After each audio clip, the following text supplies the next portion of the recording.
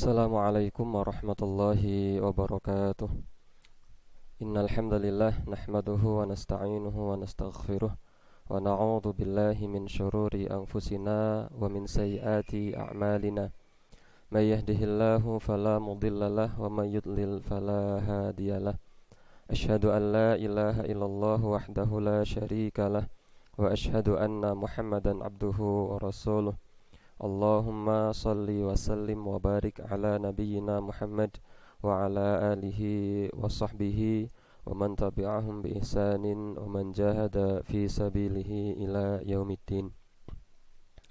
A'udzu billahi minasyaitonir rajim. Ya ayyuhalladzina amanu taqullaha haqqa tuqatih wa la tamutunna illa wa antum muslimun. Rabbi shrah li sadri wa yassir li amri wahlul 'uqdatam min lisani yafqahu qawli. Allahumma 'allimna ma yanfa'una wanfa'na bima 'allamtana warzuqna ilman yanfa'una. Ikhwani fillah rahimakumullah, puji syukur senantiasa kita panjatkan kehadirat Allah Subhanahu wa taala atas segala limpahan nikmat yang telah Allah Subhanahu wa taala berikan kepada kita. Allah Subhanahu wa ta'ala masih pertemukan dengan bulan Sya'ban. Dan insya Allah sebentar lagi kita akan memasuki bulan Ramadan. Semoga kita semua Allah pertemukan kita pada bulan Ramadan yang akan datang. Salawat dan salam semoga tetap tercurah limpah kepada uswah suri teladan, yakni beliau Nabi Allah Nabi Muhammad sallallahu alaihi wasallam, keluarga, para sahabat, para tabi'in, tabi'ut tabi'in, dan seluruh pengikutnya yang istiqomah menjalankan sunnah-sunnahnya hingga yaumul qiyamah. Ikhwani fillah rahimakumullah, pada kesempatan kali ini sedikit kita akan membahas tentang sejarah puasa, sejarah disyariatkannya puasa Ramadan, di mana hal ini kemudian menjadi salah satu rukun di antara rukun Islam yang Allah Subhanahu wa taala tetapkan kepada kaum muslimin. Sebagaimana hal ini pernah dijawab oleh Rasul sallallahu alaihi wasallam ketika ditanya oleh malaikat Jibril, "Akhbirni 'anil Islam." Kata malaikat Jibril, "Wahai Muhammad, beritahu aku tentang Islam." Maka Rasul sallallahu alaihi wasallam menjelaskan bahwa al-Islamu an tasyhada an la ilaha illallah wa tuqimas shalah wa tu'tiyaz zakah wa tasuma Ramadan wa tahujjal baita in istata'ta ilaihi sabila. Di antara jawaban Rasul sallallahu alaihi wasallam ketika Rasul ditanya tentang apa itu Islam, maka di antara rukun Islam yang Rasul sallallahu alaihi wasallam jawab adalah watasuma Ramadan, berpuasa pada bulan Ramadan. Oleh karena itu kita perlu tahu bagaimana kemudian Allah Subhanahu wa taala pertama kali mensyariatkan puasa Ramadan. Ikhwani fillah rahimakumullah, sebelum itu kita bacakan salah satu hadis yang diriwayatkan oleh Imam An-Nasa'i. Rasul sallallahu alaihi wasallam bersabda, "Atakum Ramadan syahrun mubarakun." Atakum Ramadan, telah datang kepada kalian Ramadan, bulan Ramadan. Rasul sallallahu alaihi wasallam bersabda, Ramadan ini sebagai fa'il, pelaku. Atakum Ramadan, telah datang kepada kalian. Siapa yang telah datang kepada kalian? Apa yang telah datang kepada kalian? Ramadan. Jadi yang datang itu adalah Ramadan. Dan Rasulullah tidak bersabda ataitum Ramadan. Kalau lafalnya adalah ataitum Ramadan, berarti kalian mendatangi Ramadan. Tetapi teks hadisnya adalah atakum, telah datang kepada kalian. Yang datang Ramadan, bulan Ramadan. Artinya bulan Ramadan itu telah datang kepada kalian. Bulan Ramadan itu telah datang kepada kalian. Oleh karena itu masyarakat kita umum menyampaikan sering marhaban ya Ramadan, selamat datang wahai bulan Ramadan. Karena memang bulan Ramadan yang datang kepada kita. Dan bulan Ramadan yang datang kepada kita ini pasti akan berlalu dan tidak akan pernah kembali meskipun sekali. Lalu Ramadan yang ke depan, yang selanjutnya, ya Ramadan yang lain. Ramadan yang kelak akan datang itu Ramadan yang lain. Tetapi Ramadan ini adalah Ramadan yang hanya sekali Ramadan. Begitu pula Ramadan yang tahun kemarin. Ramadan yang tahun kemarin itu adalah Ramadan yang lain daripada Ramadan yang akan datang. Maka Rasul Shallallahu Alaihi Wasallam di sini bersabda, "Atakum Ramadan, telah datang kepada kalian bulan Ramadan. Syahrun mubarakun, di mana bulan Ramadan itu adalah bulan mubarakun yang penuh dengan barokah. Telah datang kepada kalian bulan Ramadan, di mana bulan Ramadan itu adalah bulan yang penuh dengan barokah. Di antara makna barokah yang kemudian dijelaskan oleh sebagian ulama adalah ziyadatul khair, bertambah kebaikannya. Maka setiap kebaikan yang Allah Subhanahu wa ta'ala sediakan di bulan Ramadan pasti bertambah kebaikannya. Bahkan Allah Subhanahu wa ta'ala akan lipat gandakan pahala itu di bulan Ramadan. Di antara makna yang lain yang hampir sama dengan makna yang tadi tentang barokah adalah kathura khairuhu wa sabata. Kebaikannya itu banyak dan tetap berada dalam kebaikan. Ini sabda Rasulullah yang diriwayatkan oleh Imam An-Nasa'i, "Atakum Ramadan syahrun mubarakun." Telah datang kepada kalian bulan Ramadan, bulan yang penuh dengan barokah. Ikhwani fillah rahimakumullah. Yang kedua. Allah Subhanahu wa ta'ala berfirman dalam Al-Quran surat Al-Baqarah ayat 183. Allah Subhanahu wa ta'ala berfirman dalam Al-Quran surat Al-Baqarah ayat 183. Yang ini kemudian sering disampaikan khususnya di bulan Ramadan. Allah Subhanahu wa ta'ala berfirman, a'udzubillahi minasyaitonirrajim, ya ayyuhalladzina amanu kutiba alaikumusyamu kama kutiba alal ladzina min qablikum la'allakum tattaqun. Wahai orang-orang yang beriman, diwajibkan atas kalian semua puasa Ramadan sebagaimana diwajibkan atas orang-orang sebelum kamu. Ayat ini menjelaskan bahwa ternyata sebelum umat Nabi Muhammad sallallahu alaihi wasallam, Allah juga telah mewajibkan puasa pada umat-umat zaman dulu, meskipun terkadang dengan cara yang berbeda. Sebagaimana puasa yang kemudian dilakukan oleh agama yang dulu diajarkan oleh Nabi Musa alaihissalam. Puasa tetapi tata caranya agak sedikit berbeda. Dan inilah yang insya Allah nanti akan kita sampaikan tentang sejarah puasa Ramadan. Ikhwani fillah rahimakumullah. Hanya saja syariat puasa Ramadan itu tidak langsung Allah Subhanahu wa ta'ala wajibkan. Allah mewajibkan puasa Ramadan pada tahun 2 Hijriah, pada tahun kedua Hijriah. Nah, Allah tidak langsung mewajibkan puasa Ramadan itu langsung, tetapi Allah Subhanahu wa ta'ala memberikan pilihan. Awalnya Allah Subhanahu wa ta'ala memberikan pilihan antara puasa Ramadan dengan fidyah.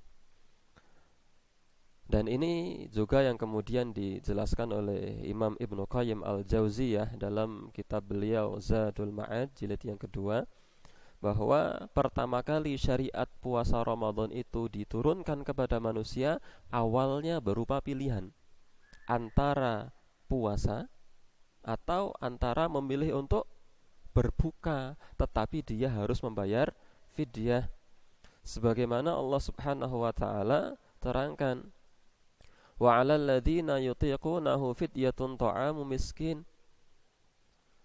Maka orang-orang yang berat menjalankan puasa itu membayar fidyah dengan memberi makan orang miskin. Pilihan yang merasa berat, fidyah. Dan Allah Subhanahu wa taala berfirman, wa antasumu khairul lakum. Tetapi kalau mau berpuasa itu lebih baik daripada kalian. Setelah itu, setelah kemudian pilihan antara memilih puasa atau memilih membayar fidyah, maka Allah Subhanahu wa taala kemudian berfirman, "Faman syahida minkumus syahra falyasumhu." Karena itu barang siapa di antara kamu hadir di bulan itu, di bulan Ramadan, falyasumhu, maka hendaklah ia berpuasa.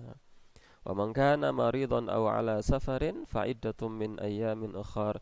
Dan bagi orang yang sakit, orang yang safar, melakukan perjalanan jauh, maka hendaklah dia menggantinya di hari yang lain. Sejak saat itu kemudian tidak ada pilihan, bukan pilihan lagi, tetapi kemudian langsung puasa Ramadan. Hanya kemudian yang tidak mampu karena sakit atau karena dia melakukan safar, perjalanan jauh, maka hendaknya dia menggantinya pada hari yang lain. Nah, adapun syariat fidyah itu kemudian diterapkan bagi orang-orang yang sepuh, yang sakit, yang tidak bisa diharapkan lagi kesembuhannya dan lain sebagainya. Dan Tarjih Muhammadiyah kemudian mengambil pendapat bahwa fidyah ini juga bisa dilakukan oleh orang-orang yang hamil, bagi orang-orang yang hamil. Ikhwani fillah rahimakumullah, kembali kepada ayat tadi. Ketika Allah Subhanahu wa taala mewajibkan puasa Ramadan, Allah Subhanahu wa taala mewajibkan puasa Ramadan awalnya kemudian dilaksanakan oleh kaum muslimin, tetapi mereka melakukannya dengan cara yang dilakukan oleh orang-orang Yahudi. Karena memang sebelum ada syariat puasa Ramadan, kaum muslimin sudah terbiasa melakukan puasa. Dan puasa yang dilakukan oleh kaum muslimin ketika itu adalah puasa yang dilakukan pada tanggal pada hari Asyura 10 Muharram, yang kemudian dikenal dengan istilah puasa Asyura pada tanggal 10 Muharram. Nah, setelah kemudian mereka melakukan puasa pada tanggal 10 Muharram, maka kemudian Allah Subhanahu wa taala turunkan syariat untuk puasa Ramadan, yang akhirnya puasa Asyura ini menjadi puasa yang sunnah sampai hari ini. Tetapi kemudian dianjurkan untuk menambah satu hari sebelumnya, yaitu pada tanggal 9 Muharram, atau satu hari setelahnya pada tanggal 11 Muharram, atau tiga-tiganya 9, 10, dan 11 Muharram, yaitu puasa itulah yang puasa sunnah yang kita kenal sekarang dengan istilah puasa Asyura. Puasa Asyura ini kemudian menjadi puasa sunnah dan puasa wajib yang Allah Subhanahu wa taala turunkan, syariatkan adalah puasa Ramadan. Tapi puasanya, caranya adalah seperti puasa Asyura yang dilakukan oleh orang-orang Yahudi. Bagaimana? Yang paling membedakan adalah dalam masalah sahur. Puasa Asyura itu dilakukan ketika itu oleh orang-orang Yahudi, dilakukan tanpa sahur. Tata caranya adalah ketika sore hari maghrib itu berbuka, maka kemudian setelah berbuka dia tidak boleh makan dan minum lagi sampai fajar, dan diteruskan sampai maghrib.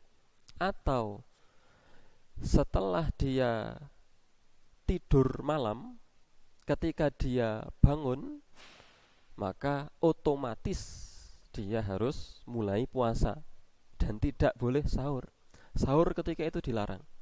Maka puasa yang dilakukan oleh kaum muslimin ya seperti itu. Ketika itu awal-awal puasa tanpa sahur. Maka tersebutlah satu kisah, yang kisah ini terjadi pada salah satu sahabat Nabi yang bernama Qais bin Sirmah. Qais bin Sirmah ini puasa. Siang hari dia bekerja berat,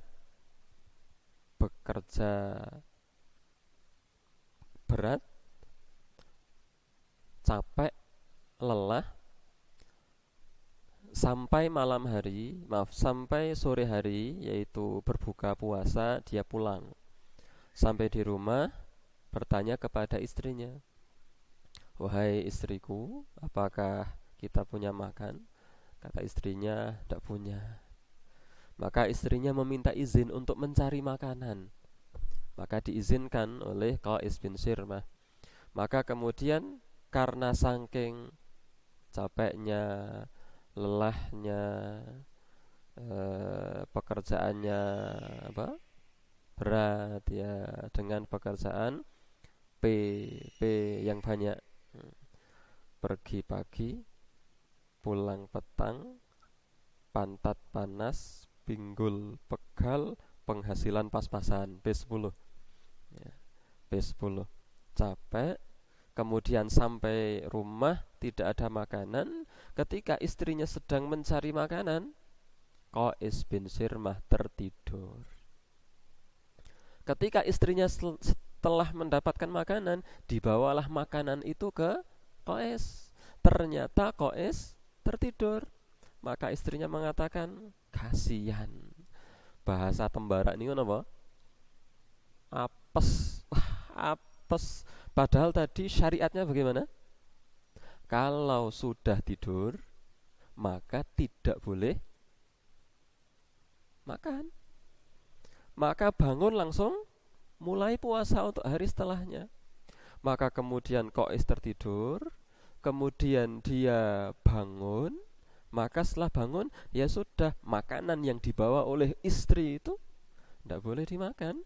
Dia harus mulai puasa pada waktu itu juga, padahal belum berbuka. Maka kemudian Qais bin Sirmah mulai puasa sampai kemudian fajar, subuh, tidak makan sejak kemarin. Kemudian pagi hari berangkat bekerja lagi dengan pekerjaan yang berat seperti kemarin, P10. Kemudian siang harinya karena tadi malam tidak sahur, sore kemarin tidak berbuka, sementara kemarin juga pekerjaannya berat, berjam-jam tidak makan. Maka ketika itu Qais bin Sirmah pingsan. Qais bin Sirmah pingsan, semaput, saking beratnya pekerjaan yang dia lakukan, padahal belum berbuka puasa kemarin sore dan juga tidak boleh sahur. Oleh karena itu kabar ini sampai kepada Rasulullah SAW. Kabar ini sampai kepada Rasulullah SAW. Maka kemudian syariat berubah. Allah Subhanahu wa taala kemudian menurunkan ayat Al-Qur'an. Allah Subhanahu wa taala berfirman Masih dalam Al-Quran surat Al-Baqarah ayat yang 187. Allah subhanahu wa ta'ala berfirman, "Wahilla lakum lailatas siyamir rafathu ila nisaikum." Dihalalkan bagi kamu pada malam hari bulan puasa bercampur dengan istri-istri kamu. Para sahabat bahagia yang selama ini dilarang kemudian diperbolehkan oleh Allah Subhanahu wa taala sampai pada ayat wa kulu washrabu hatta yatabayyana lakumul khaytul abyadu minal khaytil aswadi minal fajr. Maka makanlah kalian, minumlah kalian, hatta yatabayyana lakumul khaytul abyadu minal khaytil aswadi minal fajr, sampai jelas perbedaan antara benang merah dengan benang putih. Benang putih dengan benang hitam. Jelas antara benang putih dan benang hitam. Minal fajr. Maksudnya adalah fajar. Boleh makan, boleh minum, boleh makan, boleh minum, boleh bercampur dengan istri, batasannya sampai fajar. Kemudian ketika telah fajar, maka sudah tidak boleh lagi makan dan minum. Tsumma atimmus siyama ilal lail. Tsumma atimmus siyama ilal lail. Kemudian sempurnakanlah puasa itu sampai malam hari.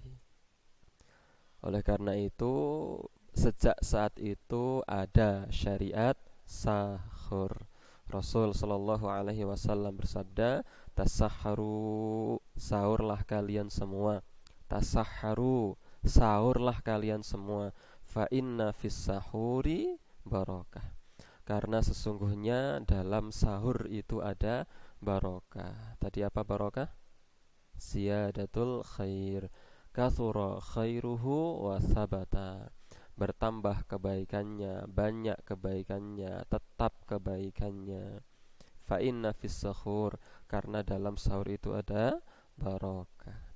Meskipun ngantuk ya sahur, meskipun hanya dengan 1 gelas air minum. Syukur-syukur tanduk. Tanduk ini apa? Tanduk karena menguatkan insyaallah, dan di dalamnya ada barokah. Kalau memang malas ya usahakan tetap sahur meskipun hanya dengan seteguk air putih. Nopo ngeteh, nopo sing remen kopi nggih? Ngopi. Ikhwani fillah rahimakumullah, inilah syariat awal mula puasa. Yang awalnya puasanya tanpa sahur, maka kemudian sekarang menjadi ada sahur. Bahkan sahur itu kemudian hukumnya menjadi sunnah. Dan inilah yang membedakan antara puasa kita dengan puasa orang-orang Yahudi. Puasa orang Yahudi itu puasa tanpa sahur, dan umat Islam puasanya menyelisihi orang-orang Yahudi, yaitu puasa dengan sahur, mengakhirkan sahur dan menyegerakan berbuka puasa. Itu diantara sunnah yang Rasul Shallallahu Alaihi Wasallam ajarkan kepada umatnya kaum muslimin. Ikhwani fillah rahimakumullah, inilah sejarah awal mula disyariatkannya puasa. Ternyata syariat puasa itu bertahap, tidak langsung mak betunduk. Nah, enggak. Tetapi mulai sedikit demi sedikit, kemudian hingga akhirnya puasa Ramadan itu menjadi puasa seperti kita pada hari ini. Nah, kejadian Qais bin Sirmah yang kemudian beliau pingsan, yang akhirnya menjadikan puasa itu ada sahur, ini juga sebagai dalil bukti bahwa ternyata Allah Subhanahu wa taala menjadikan di balik setiap musibah itu ada hikmah, dan pasti Di setiap musibah itu pasti ada hikmah. Hanya kemudian kita kadang belum tahu hikmah apa yang terkandung di dalamnya. Hanya terkadang kita belum tahu sebenarnya apa pelajaran dan hikmah yang bisa kita ambil dari semua ini. Maka pingsannya Qais bin Sirmah ini seolah-olah merupakan sebuah musibah, dan memang itu musibah. Tetapi musibah ini mampu memberikan hikmah yang luar biasa, hingga akhirnya kemudian malam Ramadan boleh makan minum, ada syariat sahur. Bagaimana kemudian kalau Qais bin Sirmah tidak pingsan? Bisa jadi hari ini kita masih puasanya seperti puasa orang-orang Yahudi tanpa sahur. Maka Qais bin Sirmah ini pingsan, ini menghadirkan hikmah yang besar. Maka di balik setiap musibah itu pasti ada hikmah. Oleh karena itu, ketika misalnya hari ini kita sedang disibukkan dengan musibah wabah COVID-19, Corona, ini pasti ada hikmah di balik semua itu. Pasti, sedikit atau banyak, pasti ada hikmah. Tahu atau kita belum tahu, pasti ada hikmah. Dulu ketika saya kelas 1 MA, ketika diajar oleh Ustadz Agus Effendi, beliau pernah menyampaikan, yakini bahwa semua yang terjadi pasti yang terbaik, pasti yang terbaik. Inilah yang kemudian bisa kita petik pelajaran dari sejarah awal puasa Ramadan. Ternyata musibah yang menimpa Qais itu mampu menghadirkan hikmah yang luar biasa. Ikhwani fillah rahimakumullah, ini yang bisa kita sampaikan sedikit. Semoga bermanfaat. Semoga Allah Subhanahu wa taala mempertemukan kita dengan bulan Ramadan tahun yang akan datang, dan semoga Allah Subhanahu wa taala segera mengangkat musibah dari manusia yang sekarang melanda ini. Aqulu qouli hadza fa astaghfirullahal azim li wa lakum. Wa akhiru da'wana alhamdulillahi rabbil alamin. Wassalamualaikum warahmatullahi wabarakatuh.